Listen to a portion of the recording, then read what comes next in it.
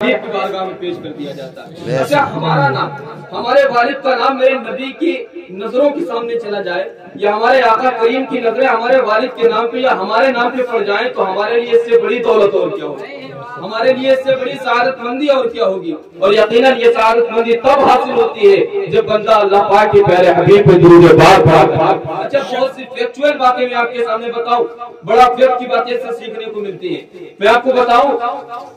یقیناً ذرا سمجھے کہ جب روضہ مصطفیٰ پر مقرر ہے فرشتہ جو کہ خادم ہے، کیا ہے؟ خادم ہے، آقا کریم صلی اللہ علیہ وسلم کے روضہ اقدس پر خدمت کر رہا ہے، جب اس کی شفاعت کا، جب اس کی سماعت کا یہ عالم ہے، اس کی اتھارٹی اور پاور کا یہ عالم ہے کہ رہتا مدینہ المنورہ میں ہے اور ساری دنیا کے لوگوں کی جو ہے درود پاک کو سماعت کر لیا کرتا ہے، تو آپ ذرا سمجھے تو صحیح کہ جس در کے خادم کا یہ عالم ہے اس در کے بادشاہ کا سبحان اللہ، نعرہ تکبیر، نعرہ رسالت، جشن عید میلاد النبی، نعرہ تکبیر۔ یہ بہت بڑی چیز، یہ بہت بڑی چیز لوگوں کے ذہنوں کے اندر ایک سوال آتا ہے، میں کلیئر کرتا چلوں، بڑی تیزی کے ساتھ یہ سوال آتا ہے۔ حضرت کہتے ہیں کہ مولانا عبدالجبار، میں آپ کو مثال دے رہا ہوں، مولانا عبدالجبار صاحب نے یہ پروگرام رکھا، مائک کا بھی انتظام کیا، تب بھی لوگوں تک آواز نہیں پہنچی، اور بریلوی کہتے ہیں کہ انڈیا میں رہ کر کے مدینے سے مصطفیٰ درود سنتے، اور ان کا کہنا ہے according to ChatGPT, اگر اس ویب سرچنگ انجن کو آپ سرچ کریں اور اس سے جاننے کی کوشش کریں، تقریباً 45 کلومیٹر اوے فرام انڈیا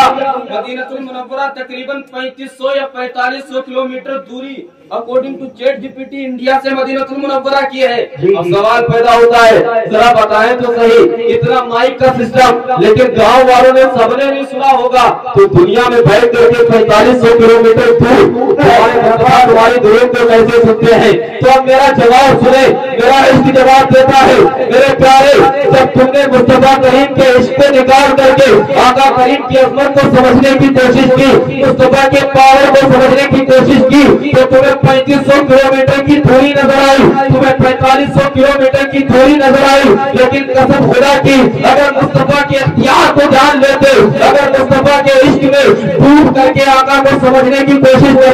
تو یہ 3500 یا 4500 کلومیٹر کی دوری نظر نہیں آتی، بلکہ قرآن پاک کا 21واں پارہ اس کی سورہ احزاب کی آیت نمبر 6 آپ کو یاد آتی اور آپ پکار اٹھتے النبی اولیٰ بالمؤمنین من انفسہم، یعنی آپ ظاہر دیکھیں گے تو مصطفیٰ 3500 کلومیٹر دور ہے، یہ آقا 4500 کلومیٹر دور ہے، لیکن آپ اس کے نظر سے دیکھیں گے تو آپ خود پکار اٹھیں گے مصطفیٰ 4500 کلومیٹر دور نہیں ہے، بلکہ رب فرماتا ہے النبی اولیٰ بالمؤمنین من انفسہم، یعنی مصطفیٰ کریم تو وہ ہے جو مومنوں سے ان کی جانوں سے بھی زیادہ قریب ہے، یعنی جب دنیا دار نے دیکھا تو 4500 کی دوری دکھے، لیکن امام احمد رضا خان نے دیکھا جب اس آیت پاک کو پڑھا تو وہ خود پکار اٹھے دور نزدیک کے سننے والے وہ کان کانے والے کرامت تھے۔ سبحان اللہ، اللہ اکبر، یا رسول اللہ، عظمت مصطفیٰ زندہ باد، شان مصطفیٰ زندہ باد۔ سبحان اللہ۔ میں بڑی تیزی کے ساتھ اپنی بات رکھتا ہوں، وقت ہو چکا ہے، تو یہ آقا کی اتھارٹی، آقا کا پاور ہے، یہ ذہن میں سوالات آتے ہیں، ایز آبجیکشن لوگ پوچھتے ہیں حضرت کہ 4500 kilometre according to ChatGPT 4500 kilometre دور یا 3500 کلومیٹر، بہت اچھا بیان کیا حضرت۔ then how you can save this sentence listen the درود پاک your، کیسے آپ کہہ سکتے ہیں کہ تمہارے درود پاک مصطفیٰ کریم سنتے ہیں؟ تو میرا ان کو جواب ہے کہ ظاہر دیکھو گے تو 4500، لیکن اگر امام احمد رضا کا چشمہ دیکھو گے تو تم خود کہو گے دور و نزدیک کے سننے والے کا مراد لالی کرامت۔ یہ عشق کی باتیں ہیں۔ خیر جب کہیں بھی جہاں کہیں بھی، اور اگر کوئی پوچھے، اگر کوئی ایک مرتبہ کہے کہ نہیں سنتے تو منہ توڑ جواب دینا اور کہنا کہ سن، تو کہتا ہے 4500 کلومیٹر دور، لیکن میرے رب نے کہہ دیا النبی اولیٰ بالمؤمنین من انفسہم، نبی 4500 کلومیٹر دور نہیں ہے، بلکہ نبی تو مومنین سے ان کی جانوں سے بھی قریب ہے۔ بہت بڑا فیکٹ ہے، آپ ذرا سمجھے۔ یہ کیوں مثال دی؟ یہ بھی تو کہہ سکتے تھے نبی دل ہے، دل بھی قریب ہوتا ہے، یہ بھی تو کہہ سکتے تھے نبی دیگر، یہ کیوں کہا جانوں سے بھی زیادہ قریب؟ اس میں فیکٹ ہے، اور فیکٹ یہ ہے کہ جب بندہ کسی سے محبت کرتا ہے تو وہ اس سے بہت زیادہ۔ اچھا ایک چیز دیکھیں، جیسے مولانا عبدالجبار صاحب ہے ماشاءاللہ، یہ جب تک آپ سے صرف محبت کرنے والے، جب تک یہ مفتی عبدالجبار صاحب ہے یا ہمارے عمران بھائی ہیں، جب تک یہ محبت کرنے والے ہیں، نارملی محبت جو کیجولی لوگوں کے اندر ہوتی، جب تک یہ صرف محبت کرنے والے یا ہمارے عمران بھائی ہیں، لیکن جب یہ دل سے اور ڈھونڈ کر محبت کرنے والے ہوتے ہیں تو یہ عبدالجبار نہیں رہتے بلکہ میری جان ہو جائے گا۔ کیا مثال ہے، ٹوٹتا محبت کرتا ہے تو وہ شخص نہیں رہتا بلکہ وہ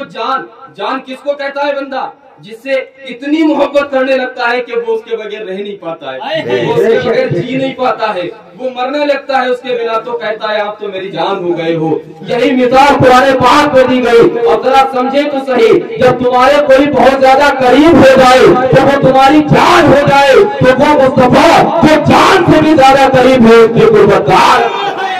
سبحان اللہ سبحان اللہ، ہونے نہیں چاہیے، کیا بات ہے، سوال پیدا ہی نہیں ہونا چاہیے کہ مصطفیٰ دور ہے تو سنتے کیسے؟ نہیں، آقا کریم دور ضرور ہیں لیکن وہ ہماری آوازوں کو، ہماری جو ہے دعاؤں کو وہ سماعت کر لیا کرتے ہیں۔ خیر ہمارا وجدان، ہمارا طریقہ یہ ہونا چاہیے کہ ہم جتنا ہو سکے گا انشاءاللہ الکریم درود پاک پڑھنے کی کوشش کیا کریں گے۔ اور میں نے آپ کے سامنے بڑی معتبر کتاب کی معتبر روایت پیش کی، مجموع الزوائد کے اندر بیان کیا گیا صاف طور پہ کہ جو درود پڑھتا ہے اس کا نام، اس کے والد کا نام آقا کی بارگاہ میں پیش کیا جاتا ہے، اور مصطفیٰ کریم کی نظر ہمارے نام کے پڑ جائے ہمارے لیے اس سے بڑی سعادت اور کیا ہو۔ شاعر کہتا نا، یاد رکھو اگر اٹھ گئی ایک نظر جتنے خالی ہیں سب جام بھر جائے۔ سبحان اللہ، ہمارا نظریہ یہ ہونا چاہیے۔ اچھا بار بار پکارو، بار بار پکارو، کیونکہ کبھی نہ کبھی آقا کریم ضرور کہیں گے اے میرے خادم، اے میرے خادم فرشتے، یہ وہ بندہ۔ اچھا آپ نے دنیا میں بھی دیکھا ہوگا، کوئی فقیر مانگنے آئے کہ تو آگے بڑھ کے دیکھو، پھر کوئی فقیر، لیکن جب کوئی بار بار مانگنے آئے یار یہ روز آتا ہے چلو آج اس کو دے دیا جائے۔ یہی دستور ہے، جب آپ بار بار درود پاک پڑھیں گے تو کبھی نہ کبھی مصطفیٰ کریم کی دریائے رحمت جوش میں آئے گی اور آقا اپنے خادم سے فرما دیں گے اے فرشتوں اب اس امتی کو نہ روکا جائے، یہ بار بار پکارتا ہے اس کی پکار کو سماعت ایک بار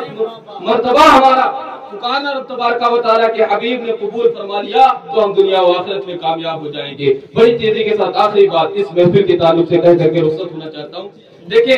آج دنیا کے اندر جتنے بندے ہیں سب کامیاب ہونا چاہتے ہیں، جتنے بھی بندے اے ٹو زیڈ جتنے بندے دنیا کے اندر، آپ لوگوں میں سے بھی سب کامیاب ہونا چاہتے ہو، کتنے بندے، اینی بڈی، کوئی بھی پوری دنیا کے اندر if you will ask to him what do you want then he will reply you I want success to enjoy۔ کیا کہے گا؟ اگر آپ اس سے پوچھیں گے what do you want کیا چاہتے ہو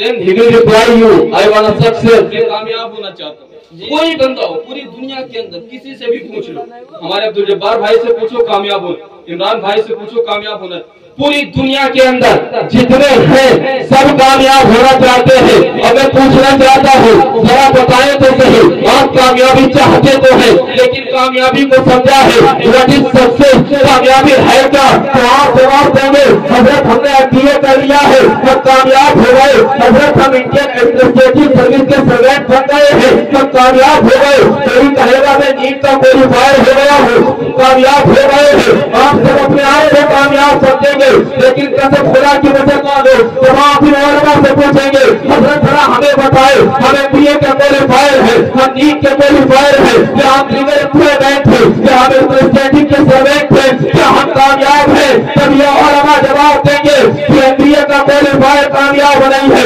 آپ حیرت میں پڑ جائیں گے حضرت اگر MBA کا کوالیفائر کامیاب نہیں ہے، نیٹ کا کوالیفائر کامیاب نہیں ہے تو ذرا بتائیں تو صحیح آخر کامیاب کون ہے؟ تو یہ علماء بتائیں گے کہ کامیاب وہ نہیں ہے جو MBA کو کوالیفائی کر گیا ہو، کامیاب وہ ہے جسے قرآن پاک نے کامیاب کہا ہو، کامیاب وہ ہے جسے حدیث پاک نے کامیاب کہا ہو۔ سبحان اب سوال پیدا ہوگا حضرت ذرا بتائیں تو صحیح قرآن نے کامیاب کہا کس کو، حدیث نے کامیاب کہا کس کو، علماء نے کامیاب کہا کس کو؟ تو یہ آخری میسج میں آپ کو دینا چاہتا ہوں ذرا سنیں، وہ دیگر لوگ جو کامیاب ہیں میں ان کی سکسیس سے انکار نہیں کرتا، اکارڈنگ ٹو کوڈینیٹی اکارڈنگ ٹو پروفیشنلٹی وہ کامیاب ہے، لیکن اگر اکارڈنگ ٹو ریلیجن دیکھیں گے، اگر اکارڈنگ ٹو اسلام دیکھیں گے تو وہ کامیاب نہیں ہے۔ پھر سوال ہوگا کامیاب کون؟ تو یہ علماء جواب دیں گے کامیاب وہ ہے جو دنیا میں آیا تو اس طریقے سے رہا کہ اس کے والدین اس سے راضی رہے، لیکن وہ دنیا سے گیا تو اس حال میں گیا کہ